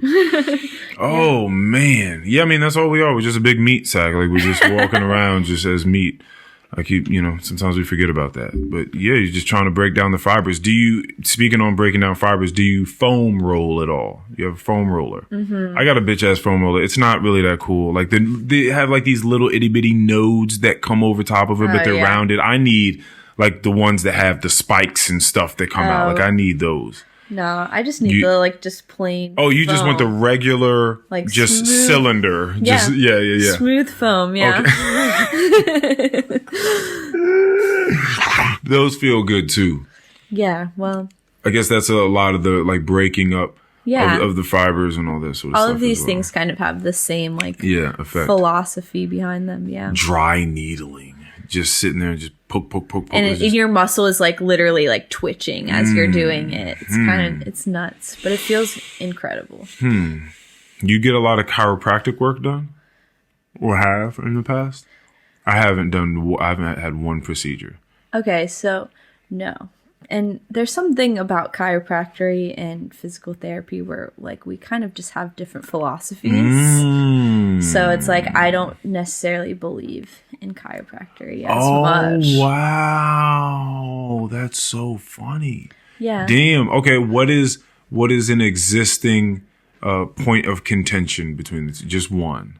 Okay, so for example, when a patient comes to a physical therapist, we're going to do like cracking the back and stuff like that. But we're also going to make sure they're strengthening their body in the positions that it needs to be strengthened in. Whereas a chiropractor typically is just doing the cracking and then not doing anything to actually fix the problem and keep the body like in that loosened state. So then chiropractors are like, oh, buy 30 sessions for $500 or whatever it is. And it's like, okay, so you just want these people to keep coming back. Whereas like we want them, my goal when I have a patient is I want you to need me as little as possible. Like I want you to do this for yourself. Like get you to the point where you can take care of it yourself. Right. So I think it's just like different philosophies. And I feel like Like, I know people that have gone to chiropractors for, like, 5 years, 10 years. And I'm like, why? Why not just change the way you're doing it and fix it so that you just don't have to experience it at all? Yeah, and how often would they go? Like, to a once a week, once every 2 weeks. And just get their body just realigned and whatever else the fuck is going on? Yeah, and, like, once you realign it, then... Like, you got to realign it and then strengthen it so that it stays in that proper alignment. Yeah. Instead of, like, just letting it go back. That's interesting. Yeah, I assume that has some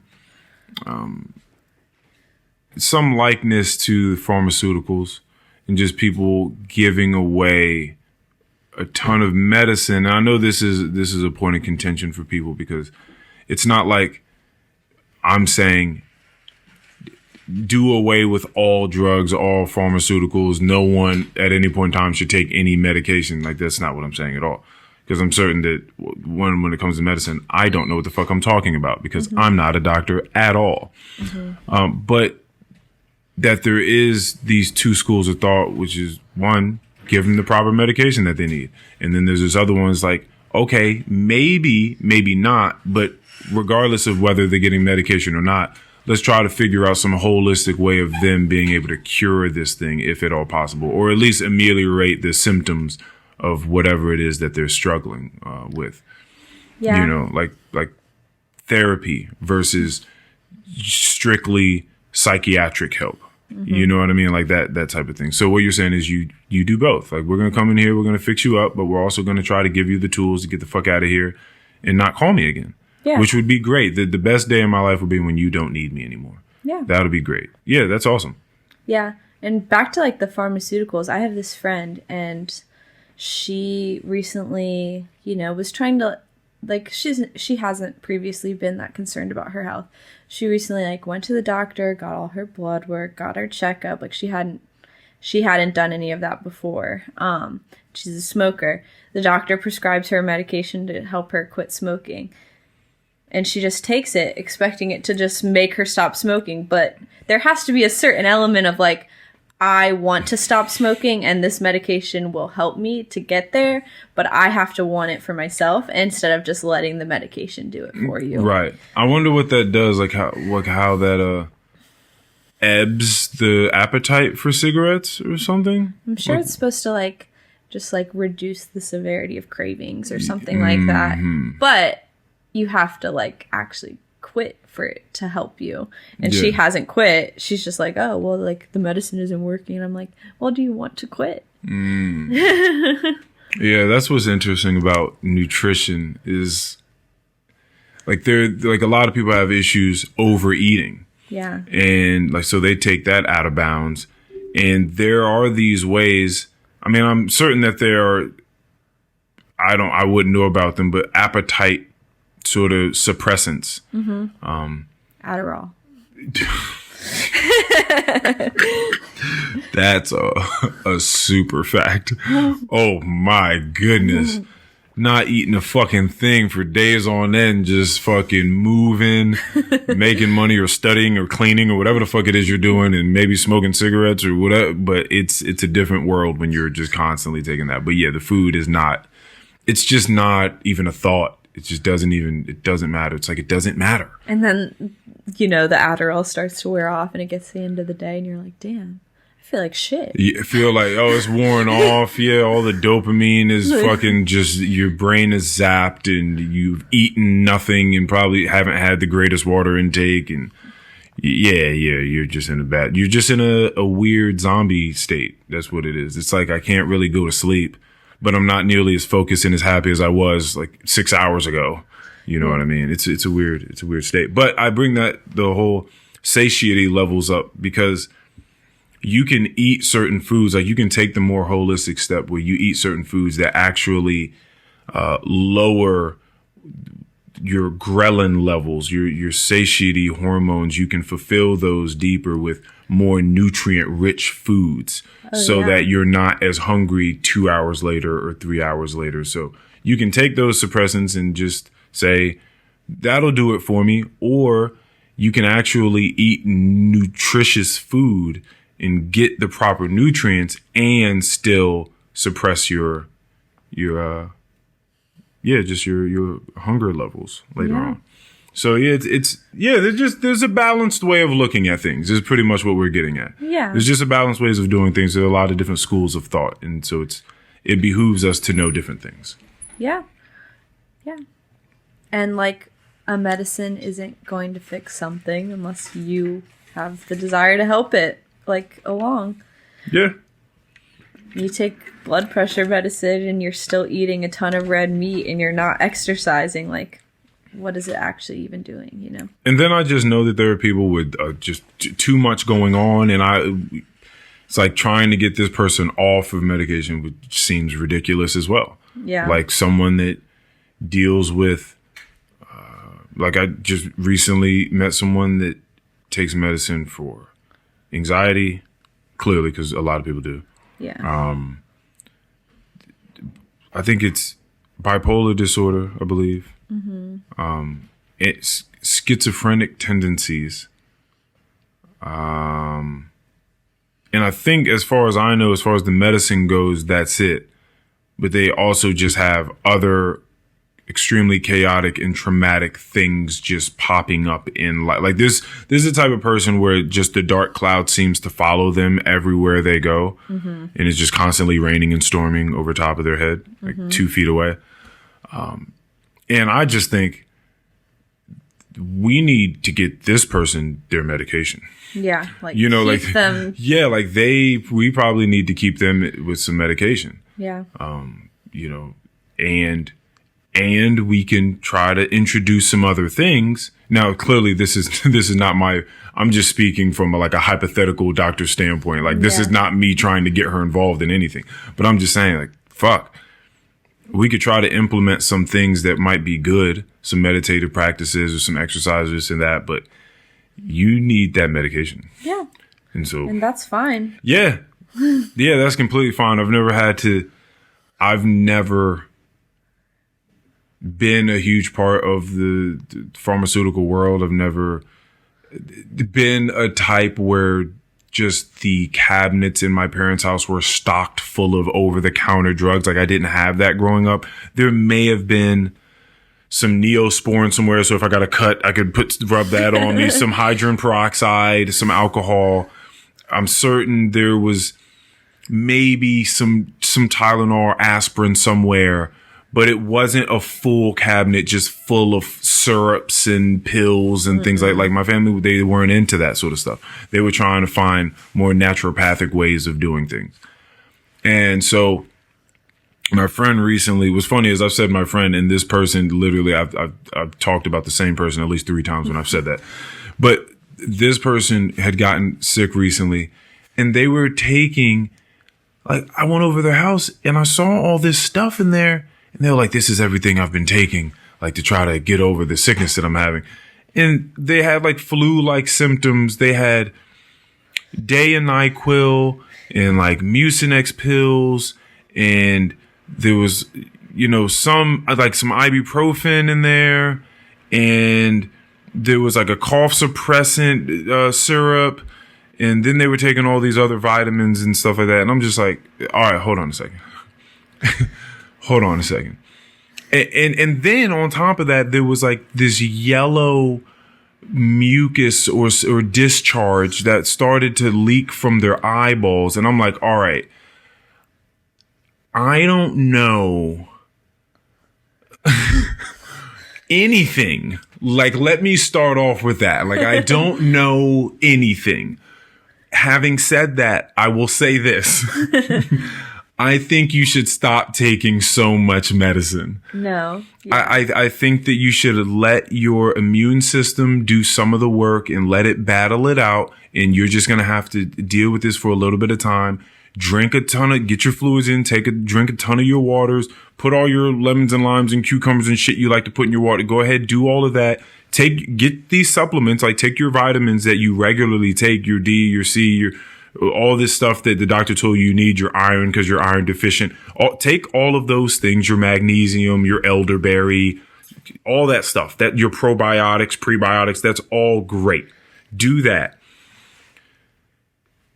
all of this other shit, all these other syrups and pills and things like that, you need to at least just scale back. Yeah, I'm not saying don't do any of it, but let's just, how about you just take that little Kappa Dayquil and that little Kappa NyQuil before you go to sleep at night. Like, let's scale back to that. Let's put all this other stuff to the side. Like 36 hours later, like stop doing that. It was fine. The only medicine you really need when you're sick is Tylenol PM. That's just knock the fuck out. That is, yeah. I mean, if you're having a hard time going to sleep, because having a hard time going to sleep and just being sick, that's not tight. You don't want to just be up. If you can at least go to sleep. So when I had COVID 2020, I was getting a delirium, like a delirious type of sleep that I was getting. I get people call it. Why do I keep acting like there's not a term for this? People call it like like fever dreams. Oh yeah, is that what they call it? Fever dreams. Yeah, that's pretty much what I had. But it was awesome to me because I'm a fucking weird, druggie. So like for me, it was like tripping. Like I'm like, oh shit, like I'm experiencing this different world where I'm going in and out of sleep or consciousness. And there are these wildly vivid dreams that are taking place. And sometimes I'm not quite certain if that's reality or not. So I've like, when I wake up, I'm like, wait, did I have that conversation with that person? Was that real? And I'm sweating because I have a fever. And I'm fucking, yeah, exactly. So I'm fucking sweating. And again, for me, I like to sweat. Like I love to sweat. This goes back to the exercising too. So for me, controlled form exercises in high intensity where I'm consistently moving. Perfect exercise to kind of bring this to light, like the row machine. Okay. Like I love to try to focus on just like a meditative state of just like focusing on the pull every single time. Like, okay, I didn't like the way that my back felt on that. I need to straighten my back. Okay, how much of my biceps am I using? Okay, nope, I need more of my back in there. Okay. And like every row is a little bit different than the last row. And sometimes it's better, sometimes it's worse, but it's like this meditative state and you get rhythmical. To sweat. It's rhythmic. Exactly. You get to catch your breathing in it and all that sort of stuff. Do you ever go in a sauna? Oh, I have been looking up portable saunas for the home today. I'm looking at one now. It's like $368. Fits two. It comes with two of these little fold up chairs you can put in it. Now this is where it's rough for me. I go to, you ever been to like an Asian spa? Yeah. There's usually nudity involved at some point in it. There's this poultice room, they call it, that has various hot rooms you can go inside. Yeah, awesome. Yeah. Now, I like the variety of heat. Like I'll go into a 115 room, just like I'll go into a 190 room. Now, a lot of these are different. You have clay rooms and salt rooms and steam room. Oh yeah, steam is very, very different than just regular log wood rooms or something like that. Yeah. And then I'll go in the cold room as well. That's like, 30 something degrees or whatever. And I'll just go sit on ice for however long I can bear that and then get out after I'm done with all the hot rooms. And then also do the sunflower I don't know if you've ever seen one of those, but it's like a sunflower bathing shower where it's just Arctic fucking water that just falls from atop of you for like 30 seconds. Now you can back out or get out of that stream of water whenever you want to, but I just sit in it for the entire 30 seconds and it's just blistering cold. Especially coming out of a fucking hot ass sauna and you just sitting there the whole time just like, and you just do that the whole time because your heart is racing in there, but in your mind, your brain is so stimulated afterwards. Like you're up. And I hear that the Andrew Huberman is a good scientist to hear talk about this, but that it boosts, and it makes all the sense in the world if you ever do that type of stuff, like just take cold showers at the beginning of the day or anything like that. Like that cold exposure shoots your dopamine levels through the roof and for a long period of time throughout the day. So you will find people that do that kind of just naturally happier throughout the day. But it's fucking insane. But I love those saunas. So this is my issue. I like for things to be able to get hot enough for me. And the sauna at the gym just broke and it's at like 140. And I sat in there like 10 minutes yesterday. I'm like, this doesn't get, and it's like not getting hot enough for me to start, like for my pores to open up and for me to start sweating. So I'm wondering, I've probably been acclimated to like the 180 to 190 range, which is really good for me. Like 175 to 190 is really, really nice. Do you feel like you're like cooking? Man, no, I feel really good. What's crazy to me is, again, before it really, really broke, for some reason, it got to 205 in there. God. That's not enjoyable to me at all. Like, you go in there, you're like it hurts immediately. Like, it hurts. Your skin is like it's tingling. Like, what the fuck is going on in here? But at 190, I can do that. If it's like between 170 and 180, I'm relaxing. Like, I'm absolute relaxation. I could sit in there for probably an hour. But anywhere between like 180, 190, I'm doing like 30 minutes in there. And I'll usually bring like a little bit of water and take a few sips here and there. But I love it. The ones that are portable they reach like 120, 125.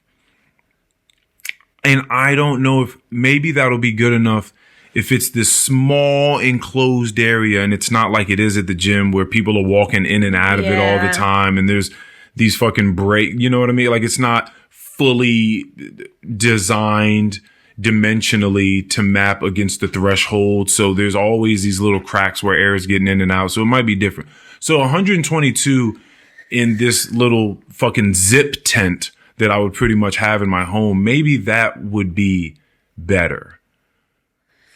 Then you could maybe just sit in there even longer. And just sit in there even longer because it's in my house. Like, right. You just like read a book or whatever. Yeah, and I know they have little stands for that and stuff in there too, like little fold out stands like you would have on an airplane, so you can sit your book in there or stuff like that. So I'm really, really thinking about buying one of those. Like, truly.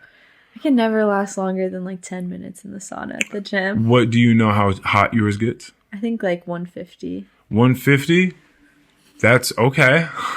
Yeah, so I think I've really gotten acclimated to just like very, very hot temperatures. Because that's what I was thinking when I was in there. I was like, 140 degrees sounds like it's hot. I mean, if you went outside and it was 140 degrees, you'd be like, what the fuck is going on? I gotta go back in the house. This is crazy. I can't survive out here. But but sunlight heat is different than like our manufactured heat for some reason. Like, it's you're right. You could never go outside in 140 degree weather. Like, that would be blaring. What's the hottest it's been when you've been outside? Maybe like 120. Ooh, where were you? I was at a lacrosse tournament, and the field was turf, so it had all those little black pellets, and those were just soaking up the heat. Oh. Yeah. My cleats like melted a little bit, like low key. 120, and you out there playing lacrosse? Yeah, I ended up getting like extremely dehydrated and had to go to the doctor. Is lacrosse the way that you tore your ACL the first time? Yes. Okay. Okay, and you said earlier that it was from dancing that I tore my ACL. Wait, you did, didn't you? Wait. No. Wait a minute. Hold on. Give me some credit. I could have sworn there was a time you came back to me and you said, I went dancing. No. Oh, I'm so sorry. You didn't tear it. You tweaked it. Okay. That sounds more realistic. Okay. Wait, do you not even remember the time I'm talking about? You don't even remember it? That's hilarious. Was I limping around to the salamander or something? I probably, but I just remember you were like, yeah, you know how like I've torn my ACL. Well, like I went out and I wanted to dance. And so I was dancing and I tweaked it. So, now I got to do some physical therapy for that. I'm just like, why did you... why'd you do that? The worst time. No. I'm sorry. It was one or two things. it was either dancing or you had picked up recreational basketball. It was recreational basketball. Okay, I don't know why I said dancing. Maybe that just is on brand with you to just go out and tweak it dancing. Yeah. Yeah. But okay, yeah, you took up recreational basketball. And I'm like, why'd you do that? Like, you don't even have to play basketball. It seemed like fun. And you didn't even play basketball at the time, right? Like, you weren't even a basketball player. You're just like, I'm going to start playing basketball. Yeah. I was also like 20 years old. With a torn just, ACL. Like, trying things out, you know. And so, yeah, that's what it is. It's watching you grow over time. Because I knew you, at age 20, 21, 22, 20. Yeah. And, well, I guess you're still, because I'm still significantly older than you, I guess. What are you old? Well, how old are you? 27. Oh, okay. Maybe not significantly at this point. Yeah, we're all just getting old now. Yeah, old to the point where you start thinking about different things like sustainability over your muscles through the span of life.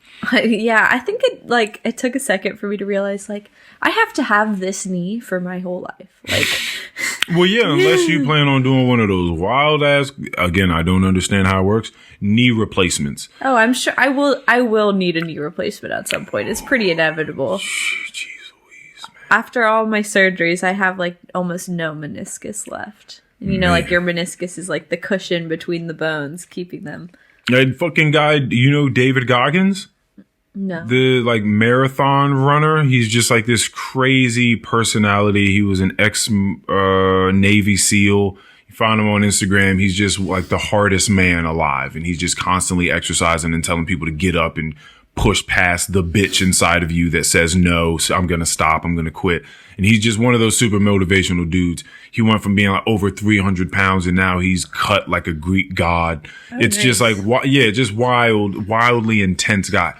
But he runs hundreds of miles like in a day and he has no meniscus on either knee. Like he just runs bone on bone and he just does it every single day. And it's just insane. He just pushes his body to just ungodly extents.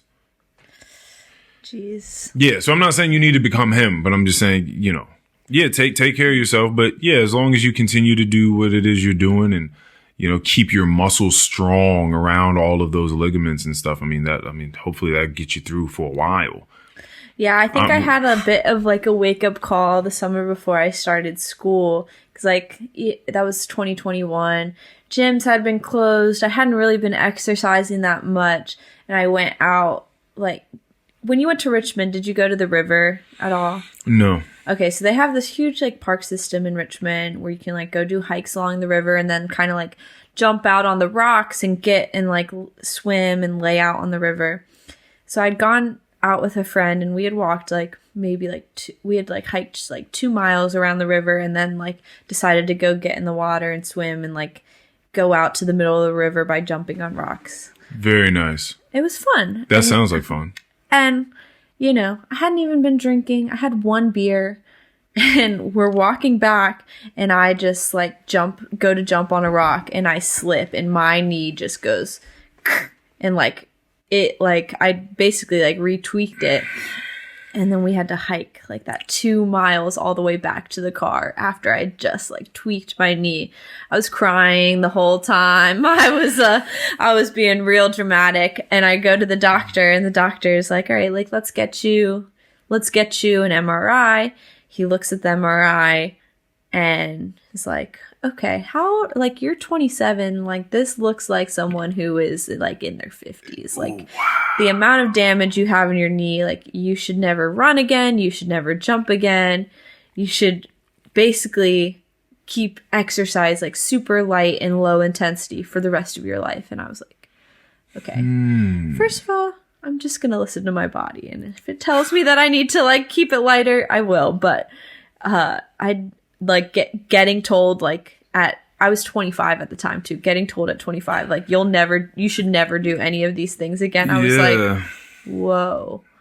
Yeah. And I like mostly listen to them. I don't know. I feel like also doctors, like orthopedic surgeons, they want to cut people open. Like that's like what they want to do. And right. So he offered me like some extensive surgery. He was like, it's going to be like a 1.5 year recovery, all of this stuff. And I was like, let me just go, like, try physical therapy, like, get myself moving again. And, like, since that point and, like, me exercising, getting myself moving, keeping those muscles strong, like, have had no issues with my knee, have gone to concerts, have been running around, like, you know, doing my thing. And is there anything nutritionally that you do to try to stay strong at all? Or do you even really think much about that? I think about what I eat. I'm not, like, out here just, like, eating pizza and cupcakes and whatever else all the time. Like, I do think about what I'm eating, but I don't, like, it's not, like, my main focus or my main interest, I think. Yeah. I don't know. Yeah, like, you're not trying to... Do you take supplements at all?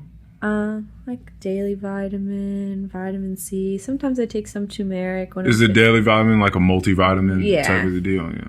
Sometimes I take turmeric if I'm feeling, like, inflamed. You know, like my stomach feels inflamed or something like that. But I do have a bunch of vitamins, though, because I got diagnosed with Lyme last summer.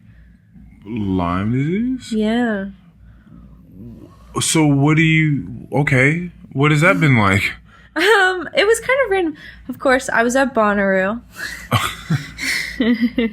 And I, like, noticed this, like, really weird bug bite. Like, it's huge. It's got, like, a ring around it. It looks terrible. So I go to the medic tent. I'm like, hey, like, am I all right? And they were like, you should go to the doctor when you get home and get some blood work. I was like, all right, cool.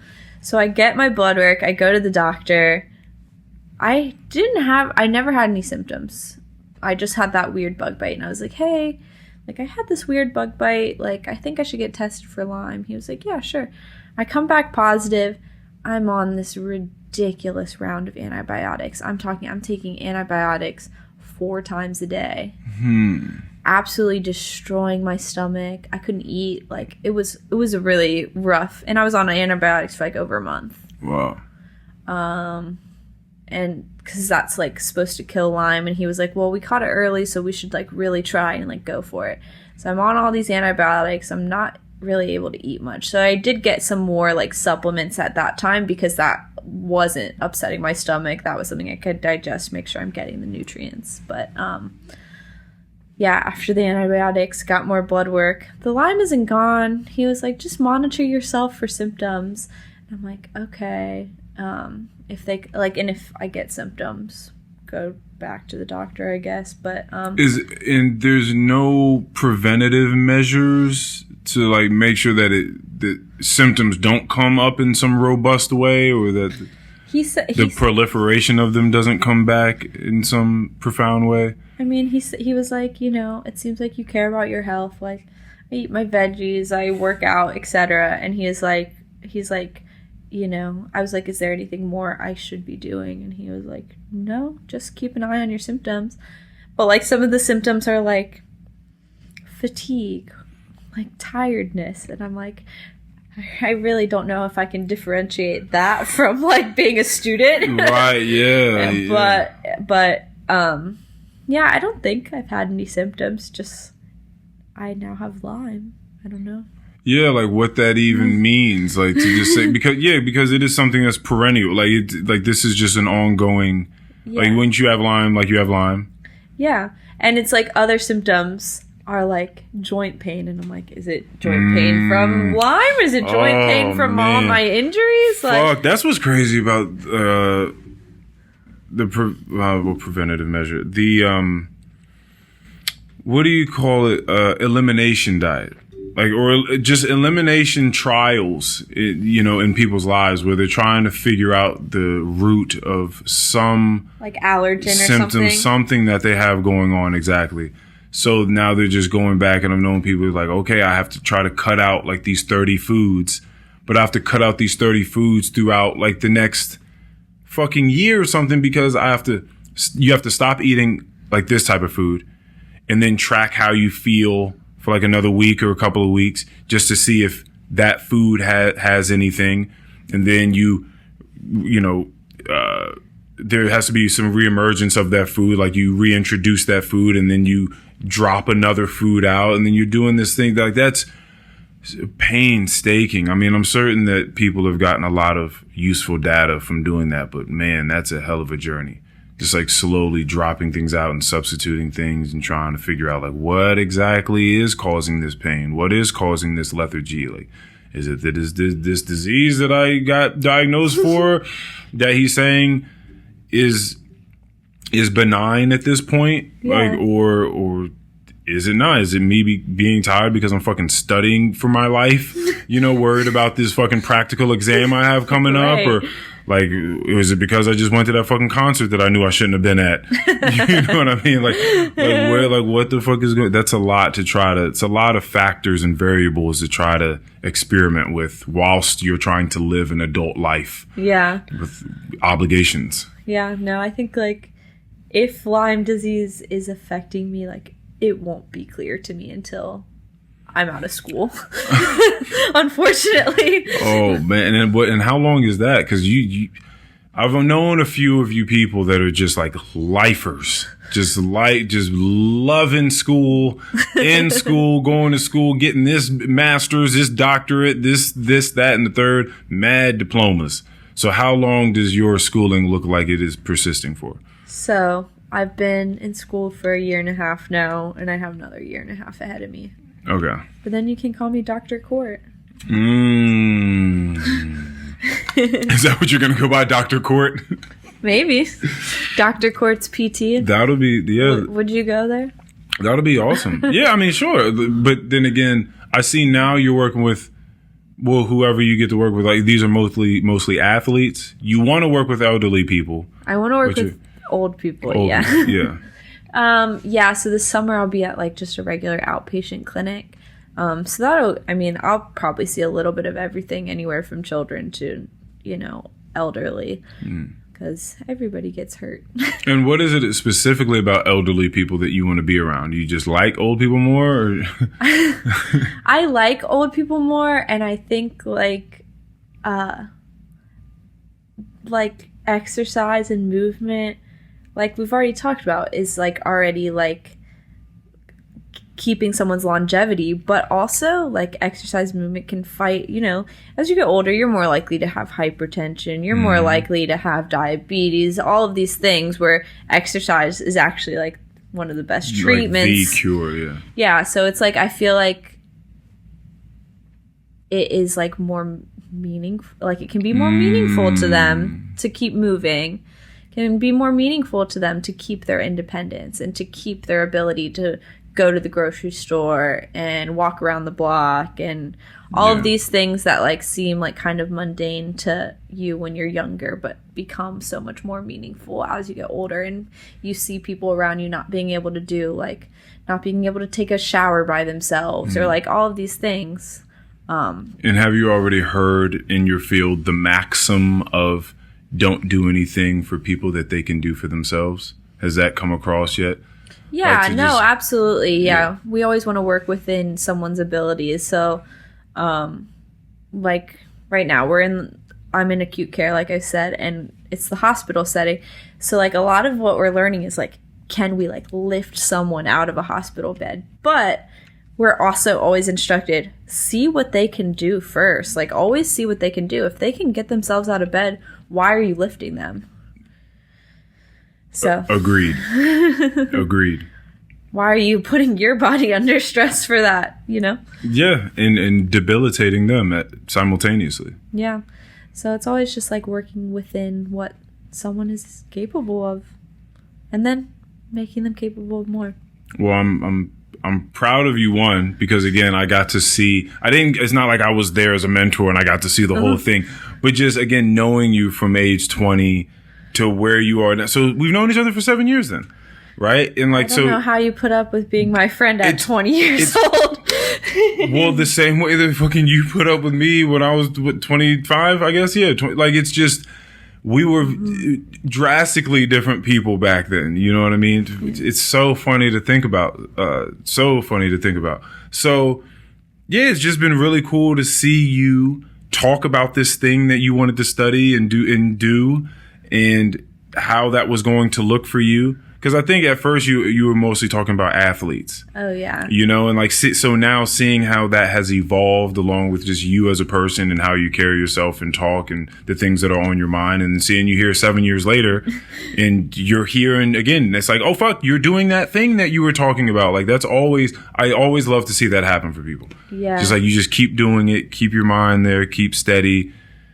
Yeah. Get rid of all those fucking distractions. And, you know, we're not always good at that, but we get better and better and we scale back. We're scaling back and you fucking do the thing. And that's awesome. Yeah. So I'm proud of you for that. And I'm also happy that you popped up here and just did this. Yeah. You know, it was a year and a half ago that we talked. So I'm glad that you were just like, yeah, sure, I'll come over there. We can chat, whatever. Yeah. So I'm glad we did this. Yeah. High five. Thank you very, very much. This was episode 162 of my podcast. See, you're staying persistent with what you want to be doing too. I am. Thank you very much for being here. Yeah. Let's shut this bitch down. All right. Thank you everybody for listening. Bye-bye. Bye.